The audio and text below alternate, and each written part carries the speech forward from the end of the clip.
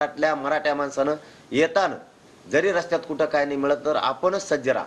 शक्यतो माझा एक असा अंदाज आहे, अंतरवालीपासून मुंबईपर्यंत जाऊस तर शक्यतो आपल्याला काहीच करण्याची वेळ येणार नाही. म्हणजे नाश्त्याची नाही, जेवणाची नाही, शक्यतो असं दिसतंय. गावागावातले शेजारचे शेकडो गावं एकत्र येऊन ते रस्त्यात व्यवस्था करणार आहेत अशी मला माहिती मिळालेली. त्यामुळं आपण जे धान्य जे गोष्टी घेतोय, जे जेवायसाठी साहित्य घेतोय, हे आपल्याला मुंबईत गेल्यावरच उघडावं लागणार आहे अशी माझ्यापर्यंत आलेली माहिती आहे. त्यामुळे तुम्ही शक्यतो आपल्याला करण्याची गरजच पडणार नाही. परंतु संख्या प्रचंड मोठी आपली, म्हणून काहींकडून ते शक्य होईल नाही होईल हे आपल्याला आता सांगता येणार नाही. म्हणून आपण सज्ज राहा.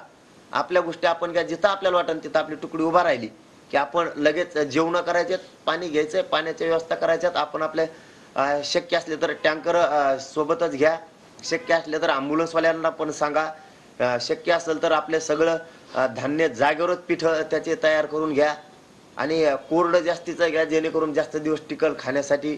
2-3 प्रकारचं आपल्यासोबत सरपण बी राहू द्या, चुली पण राहू द्या, आंघोळे करण्यासाठी भांडे पण राहू द्या, बकेट पण राहू द्या, जेवणासाठी ताटं राहू द्या, त्याचबरोबर तांब्या सुद्धा राहू द्या पाणी पिण्यासाठी. आपल्या वस्तीनं सज्ज राहा. कारण कपडे पण राहू द्या, पांघरायला हातरायला सुद्धा राहू द्या, चटाया सोबत घ्या, रगी पण घ्या, शोटर घ्या, मफलरी घ्या सोबत. तुम्हाला काही वाटलं नाही पाहिजे. कधी रस्त्यानं पाय दुखा लागले, पायदुखीच्या गोळ्या घ्या.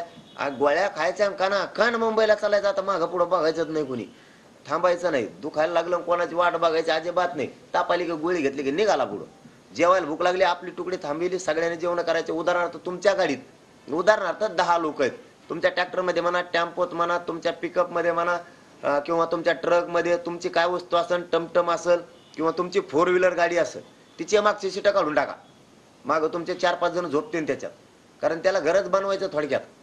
त्यामुळे मागची सीटं काढून टाका, फक्त ड्रायव्हरचं ठोय एकट्याचं, आणि डायरेक्ट त्याच्यामध्ये व्यवस्था करून ती ही सिस्टम करा. कारण कधी काळी तुम्हाला जर भूक लागली, तुमच्या गाडीत जर उदाहरणार्थ 10 लोक असले तर तुम्ही त्या 10 लोकांनी आपण आपला मिळून स्वयंपाक करायचा. कारण इतक्या लोकांना तुकडीच्याला आपण करू शकत नाही. जे तुकडीत लोक आहेत आपले 30-40 हजार तुकडीत उदाहरणार्थ लोक आहेत एका, तर एवढ्याचा स्वयंपाक बनवणं सोपं नाहीये, हेही समजून घ्या. आपण आपल्या गाडीतलं साहित्य खाली उतरायचं. आपण 10 जण आहेत उदाहरणार्थ, 10 जणांचा लगेच स्वयंपाक करायला लागेल, 10 जणांना रेटून खायचं की निघाले. उदाहरणार्थ तुमचे ट्रक आहे, ट्रकमध्ये तुमच्या 40 माणसं आहेत किंवा 50 आहेत किंवा 100 आहेत, काय जे असतील ते समजा मला आता सांगता, तर त्या ट्रकमध्ये एक कप्पा करा. तिथं आपले धान्य सरपण हे ठेवायसाठी तिथंच एक कप्पा करा. तुमचे आतरायचे, पांघरायचे, तुम्हाला घ्यायचे कपडे ठेवण्यासाठी, साबणी, डोक्याचं तेल, काय काय असेल, दात घासायचं, त्या सगळ्या वस्तू त्याच्यात ठेवा. आणि त्याच्या अलीकडच्या कप्प्यात तुम्हाला आराम करायला सुद्धा ठेवा, कधी पाऊस आला किंवा थंडी वाजली तर. कारण कुठं मंगल कार्यालय पुरणार आहेत माहीत नाही, कुठं मंदिरं पुरणार आहेत माहीत नाही. त्यामुळे तुम्हाला अडचण आली की तुम्ही डायरेक्ट त्या गाडीमध्ये झोपायची व्यवस्था करायची. आपण स्वतः सज्ज होऊन चला, अवलंबून आपल्याला राहायचं नाही. कारण समाजाच्या लेकराला न्याय द्यायचा, गोरगरिबांच्या मराठ्यांच्या पोराला 70-75 वर्षात कोणी मोठं नाही केलं. हे मोठे झाले, आपल्याला वाटलं होतं आपण मोठं होतं, आपल्या लेकरं मोठं करायसाठी कुणीच पुढं नाही आलं. मराठा बांधवांना माझी खरोखर तुम्हाला सांगतो हात जोडून विनंती, आपल्या लेकरं मोठं करण्यासाठी एक नेता पुढं नाही आला. आपण यांना सगळ्यांना मोठं केलं, पण आपल्या लेकरं मोठं करायला कोणी आलं नाही. म्हणून सज्ज होऊन सगळेजण बाहेर पडा. काम पटापट शेतीचे उरकून घ्या आता.